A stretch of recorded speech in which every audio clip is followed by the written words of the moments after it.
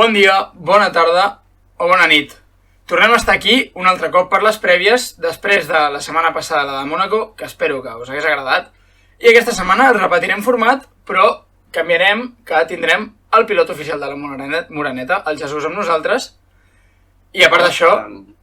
exacte, introdueix-te tu mateix, Jesús. Pues això, soc en Jesús, us faré les voltetes als circuits cada prèvia i tal, i us ensenyaré una mica les claves d'en Jaume Garsuari. Exacte, i tenia bastanta lògica que estigués amb nosaltres, ell també podrà comentar el que vulgui durant la tertúlia, i com sempre, els dos vostres morenets preferits, l'Adrià Garnica. Hola, molt bones. I l'Aleix Voltà. Molt bon dia, molt bona tarda o el que sigui. I ja per entrar en matèria, farem com la setmana passada, aquí anem a Piñón Fijo, com es diu en castellà. Aleix, com està el campionat ara mateix? Repassem una mica com estan les coses en els dos mundials abans d'aquest Gran Premi de Bakú. Doncs el campionat de pilots ara mateix es troba amb pràcticament la triple lluita entre Verstappen, Leclerc i Pérez, que Verstappen amb 125, Leclerc amb 116 i Pérez amb 110, o sigui que ja ho vam parlar al programa anterior, però Checo Pérez podria ser un contendent al Mundial. Per darrere estan George Russell i Carlos Sainz. Carlos Sainz molt per endarrere del que es podria esperar del pilot de Ferrari. Russell amb 84 i Sainz amb 83. I el sisè i pitjor dels millors dels equips top, Lewis Hamilton amb només 50 punts. Pel que respecta al Mundial d'Equips, canvio de graella, Red Bull lidera la taula contundentment amb 235 punts, Ferrari el segueix amb 199, Mercedes completa el podi amb 134 i el segueixen McLaren amb 59 i Alfa Romeo amb 41 punts. Llavors... Ja, Déu-n'hi-do al Mundial de Pilots, tot i que el d'equips no està gaire ajustat, el de pilots com... El de pilots està molt emocionant i s'ha de dir que a aquestes alçades de la temporada, segurament ho podrem comentar després a la tertúlia, almenys els 4 primers equips són els que s'esperava, tot i la sorpresa del primer Gran Premi i la decepció de McLaren, els primers Gran Premis. Però abans de passar amb aquesta part de la tertúlia, Adrià, comenta'ns una mica la història del Gran Premi de Bakú i aquestes dades que ens vas comentar la setmana passada, però del Gran Premi d'Azerbaidjan. Ok, Gran Premi de Bakú és un Gran Premi que és relativament jove. Només s'han fet 4 edicions, aquest any és la 5a. La primera va ser el 2017, on el Víctor estarà content, va guanyar Dani Ricciardo. 2018 Hamilton, 2019 Bottas i 2020, que no es va fer, 2021 va guanyar Checo Pérez. Per tant, pel que fa a escuderies, tenim 2 victòries de Red Bull i 2 de Mercedes. L'any passat, l'últim Gran Premi de Bakú que vam viure, primer va quedar Checo, com he dit, i el podi va ser sorprenent perquè segon va quedar Vettel amb un Aston Martin, recordem-ho, i tercer el nostre pilot més odiat. Crec que no fa falta dir el nom, no, nois? No cal. Tots sabem que en aquella cursa Max va quedar fora i que Hamilton ja sabem què li va passar. Va quedar darrere de Mazepin, no fa falta comentar més. El crit espectacular de Mark Webber. Exacte. Probablement això li va costar el Mundial. O sigui. Segurament. La volta més ràpida la va fer Verstappen amb 1 minut 44-48. Una volta a Bakú són 6,003 quilòmetres i les 51 voltes que dura el Gran Premi són 306,049 quilòmetres. Aleshores, la volta més ràpida històrica que s'ha fet a Bakú en cursa va ser Leclerc al 19 amb un 1,43,009. I com que Bakú és jove i no hi ha gaire més cosa, aquí tenim una mica de la història d'Azerbaidjan. Circuit amb moltes probabilitats de safety car. De safety car, exacte. Sí. Compte amb això. I crec que la imatge més comuna de tot el cap de setmana serà veure com els pilots trien agafar les escapatòries. Sí. Sí. I ja que has comentat això, Jesús, just abans de la petita tertúlia, comenta'ns, fes-nos un spoiler del que comentaràs després a la volta. Una clau, la màxima de Bakú. Sense fer massa spoiler, jo crec que Bakú és com un Mònaco, però excepte que no té res a veure amb Mònaco. Vull dir, l'únic que té a veure és que vas molt a prop dels murs. i tens escapatòries, que és molt útil i veurem els pilots intentar fer trompos, aviam si ningú es menja les barreres fent un trompo, no seria el primer, aquest tipus de coses.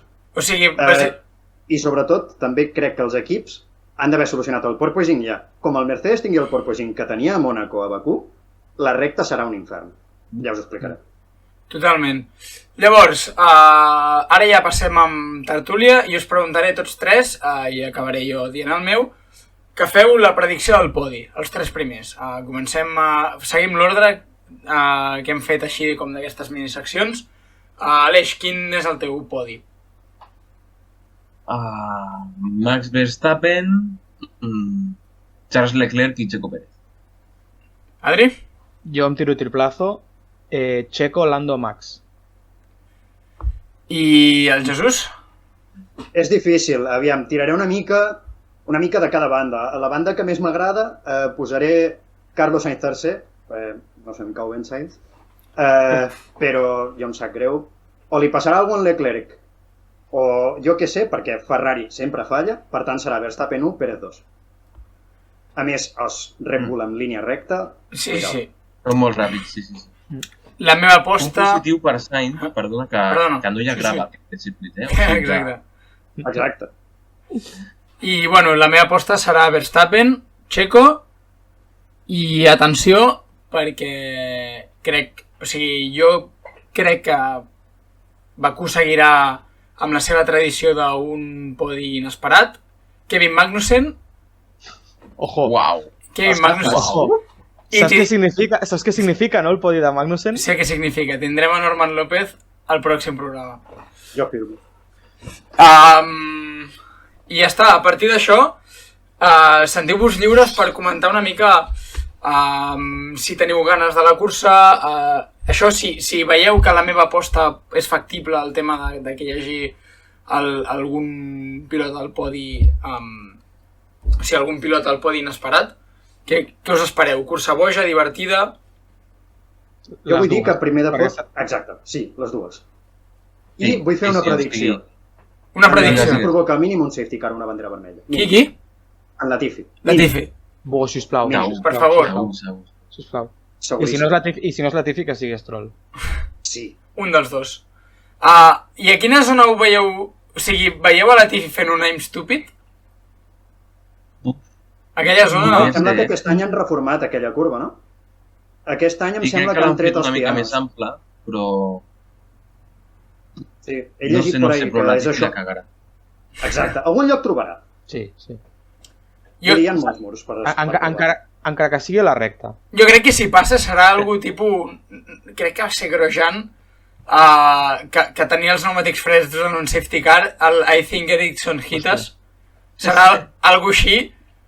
Dirà I think... L'esperit de Marcus Ericsson apareixerà al circuit de Bakú. Sí. Ara que per cert, és... O sigui, vaig veure un tuit que em va deixar flipant, que el mateix dia els dos companys de Sauber, Ericsson i Leclerc, haguessin pogut guanyar una de la triple corona, i a Leclerc li van robar, i el primer en guanyar una cursa de la triple corona ha estat Marcus Ericsson, qui ho hauria dit. Sí. Underrated pilot per mi, Llavors, a part d'això, seguint amb la prèvia, tots hem posat per davant els pilots de Red Bull.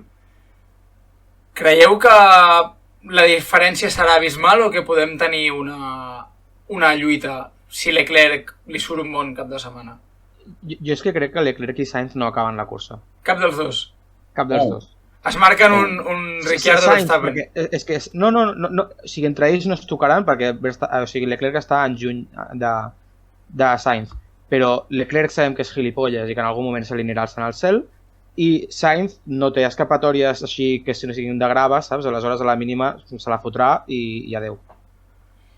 Jo crec que acabaran els dos, però hi haurà alguna aliada. A lo millor es toca... Jo crec que hi ha igualtat entre Ferrari i Red Bull, però el handicap de Ferrari és que té uns estrategistes de merda. I per això la cagarà. Exacte. I hi ha un altre tema que suposo que ho comentarà el Jesús... Bueno, ho comentarà el Jesús després, segur, però aquest circuit em sembla que se li adaptarà bastant millor al paquet de Red Bull. I tenint en compte això i que Ferrari passa una cosa, si poden guanyar sobradament, guanyaran. Però a la que han de minimitzar danys, no sé què fan, que els maximitzen. L'acaben liant, saps? Ja sigui Leclerc amb la liada saps? Ja sigui Leclerc amb la liada a Imola o amb la merda d'estratègia a Mónaco, que acaben... És que Ferrari em sap malament dir-ho, perquè sincerament sóc bastant fan de Ferrari, però porten uns anys, bueno, una dècada o dues, Sí. que el que els agrada és tirar mundials. Sí. Han començat amb el millor cotxe del mundial, amb diferència, van a darrere. Sí. Somehow. Sí. No, i és això, i és cada X temps els hi passa. Alonso va tenir un any d'estar bastant destacat en el Mundial. Sebastian Vettel té l'any que a Hockenheim se surt 2018. i li comença a fotre hòsties al volant perquè allà se li en va el Mundial i després Mercedes es comença a escapar. Cada X temps passa això i és una ràbia perquè jo sense ser ferrarista, conyo, joder, que algun any guanyin, pobres, hòstia. Ferrari, fa pena. Exacte. Sí. És que personalment crec que l'última vegada que Ferrari va estar realment més a prop de lluitar per un Mundial va ser amb l'Alonso 2012. Amb un cotxe que dius, no hauria d'estar lluitant pel Mundial, però en canvi aquest any Exacte. A lo millor se'ls haurien escapa. d'estar guanyant. Sí. O sigui, no pots perdre un Mundial en què ha començat Red Bull amb 2 dobles outs. Jo encara tinc esperança, o sigui, des de principi de temporada estic comentant que crec que Verstappen farà el segon consecutiu, però i encara segueixo pensant això, però tinc l'esperança de, com a mínim, fins a les últimes 2-3 curses que per mi Leclerc ara mateix està sent el millor pilot de la temporada. I tinc aquesta confiança de que sigui capaç de que no li caiguin els ànims i com a mínim donar-nos batalla fins a les 2-3 últimes curses, però bueno, és l'únic que em segueix generant confiança de veure una guerra pel Mundial bastant maca. Jo discrepo amb tu, Víctor. Sí. Jo ara mateix, a nivell de poder donar guerra fins al final de temporada, veig abans a Checo que a Leclerc. Sí, però perquè Red Bull no la lien i suposem que ara els hi han donat llibertat per lluitar al Mundial entre ells. És mentira. En Helmut Marko no deixarà lluitar a 2 pilots des de Mark Webber i Vettel. Ni de broma. Bueno, i des de Verstappen i Ricciardo. Exacte. Clar. Llavors... No m'ho crec. No fa pinta. Llavors, per mi, per això, l'únic capaç és Leclerc. És injust que no li deixin lluitar a Checo. Vamos, o sigui, per mi l'única opció que té Checo és quedar per davant a quali aquest cap de setmana, quedar per davant al quali la pròxima cursa, quedar 2 curses per davant a quali i posar-se primer en el Mundial. Llavors el deixaran lluitar a pista, si es posa per davant al Mundial. Però, vamos. Jo sincerament m'agradaria veure què posa el seu contracte. Perquè ha de ser maco. Però bueno, nois, si tenim alguna cosa més a comentar, endavant. I si no, Ferrari està perdut si no desperta en Sainz. Sí. Ja està. Teniu alguna predicció més de quin creieu que serà el best of the rest aquest cap de setmana? Creieu que Mercedes s'enfonsarà? Russell quedarà top 5, com està fent cada setmana. Sí? Sí, Per- i per Bottas molt ho farà que molt faci. bé, també. Jo depèn de si hem solucionat el porpoising. Com tinguin porpoising, Mercedes no. M'agradaria tornar a veure Hamilton fora la cua. Anava a dir, es pot veure això aquest fin? Bueno, no crec. I ara per tancar amb l'última pregunta, per tancar amb les preguntes Destroyers, quins seran els 2 primers abandonaments? Perquè un dels 2 suposo que estarem amb Latifi. O si voleu, quin serà l'altre abandonament a part de Latifi? Per crash. Schumacher. Ho anava a dir també, però diré Latifi i Stroll. Stroll? Sonoda? La vieja confiable, sempre. Jo dic Lando Norris. Ui. No. Abans Ricciardo que Norris. Sí, home. Home, per experiència dels últims temps. Bueno, experiència els últims temps d'hòsties és Miami.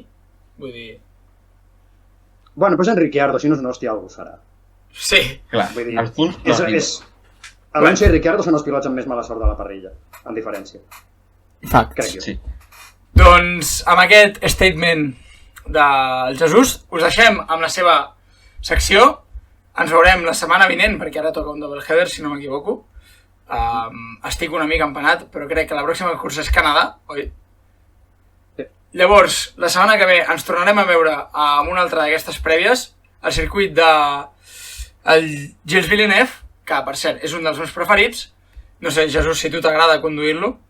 M'encanta. Probablement el meu circuit preferit de la temporada. Llavors, abans que el Jesús pugui conduir el seu circuit preferit, no sé si Bakú t'agrada. Està bé, però els Murillos... Costen una mica. Sí. Llavors, això és tot. Tanquem, esperem que gaudiu d'aquest cap de setmana de curses i de Fórmula 1 i endavant amb la volta al Jesús.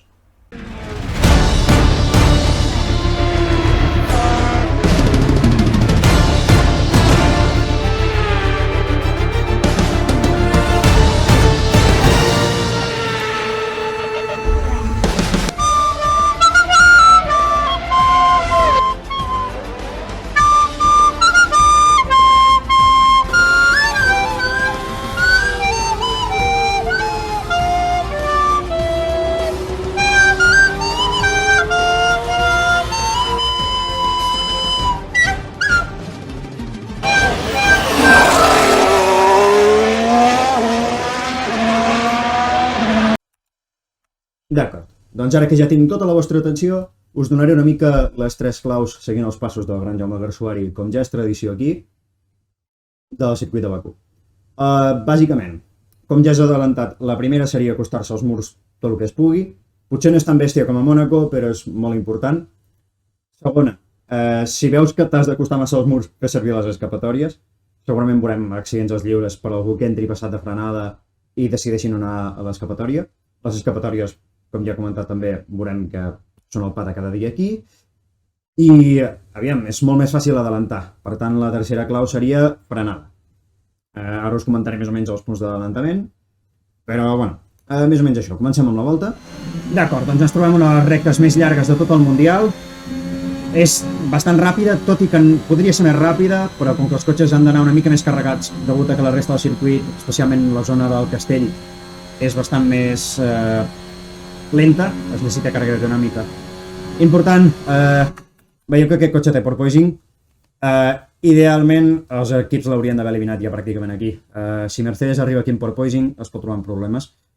Dic Mercedes perquè és el que el té més violent ara mateix, el porpoising. Jo, sincerament, aquestes voltes les faig en realitat virtual. I amb el porpoising costa moltíssim, moltíssim trobar les referències de frenada. Per tant, espero que en Russell i Hamilton no s'hagin de trobar això, perquè si no és horrible. D'acord, es frena al 100, és òbviament el punt d'adelantament més gran de tot el circuit. Busquem a l'àpex. Aquí a la mitja curva, curiosament, no és el mur, sinó la línia blanca. Mai ho entendré. Tens un mur aquí, serviria perfectament de límit de pista, que ningú se'l pot passar, a no ser que tingui la capacitat de travessar murs. Grosjean, igual. En fi, arribem...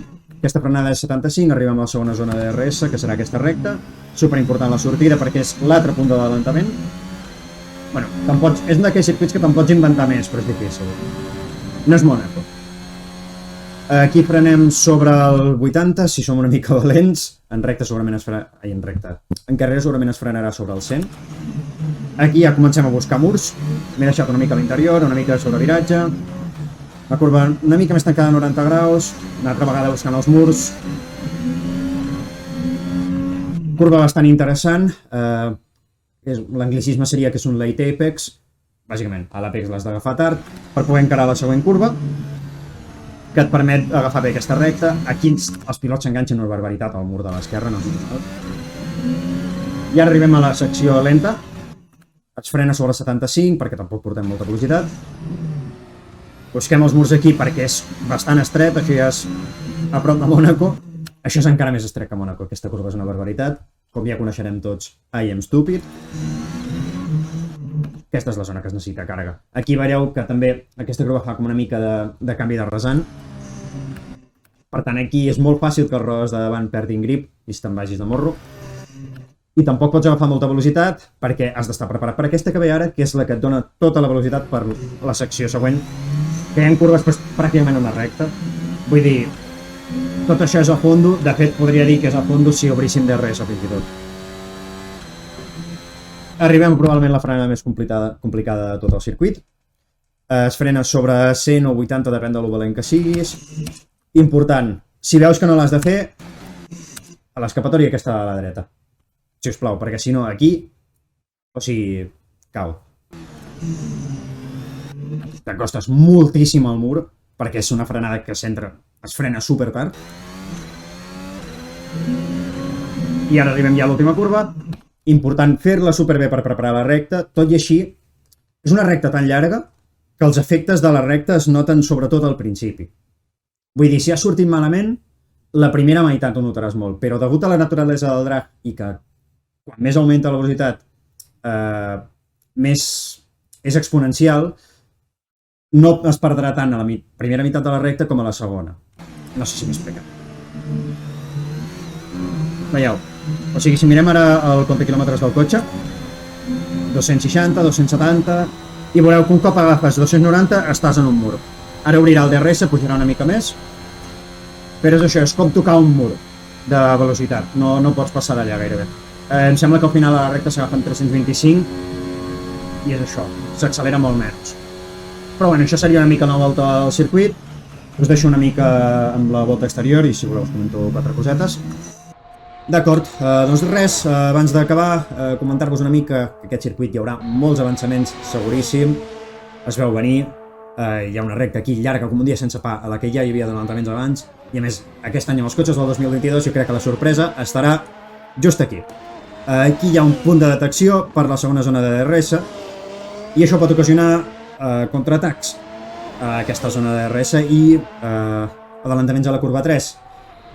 Cosa que pot ocasionar també moviments com el que va passar entre Verstappen i Hamilton a Jeddah de l'any passat, que si no, que passa tu primer, no, passa tu primer, que jo no vull... Bueno, aquest tipus de coses. I, bueno, poca cosa més. Reiterar moltíssim que els pilots, els lliures, haurien de fer servir bastant les escapatòries, no val la pena jugar-se al pellejo per 2 dècimes, vull dir...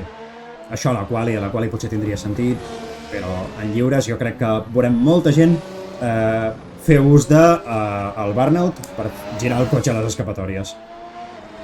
I bueno, res, per part meva poca cosa més que comentar, agrair-vos que ens hagueu acompanyat durant aquesta prèvia i res, crec que ens espera un cap de setmana molt interessant i espero que el disfrutem tots.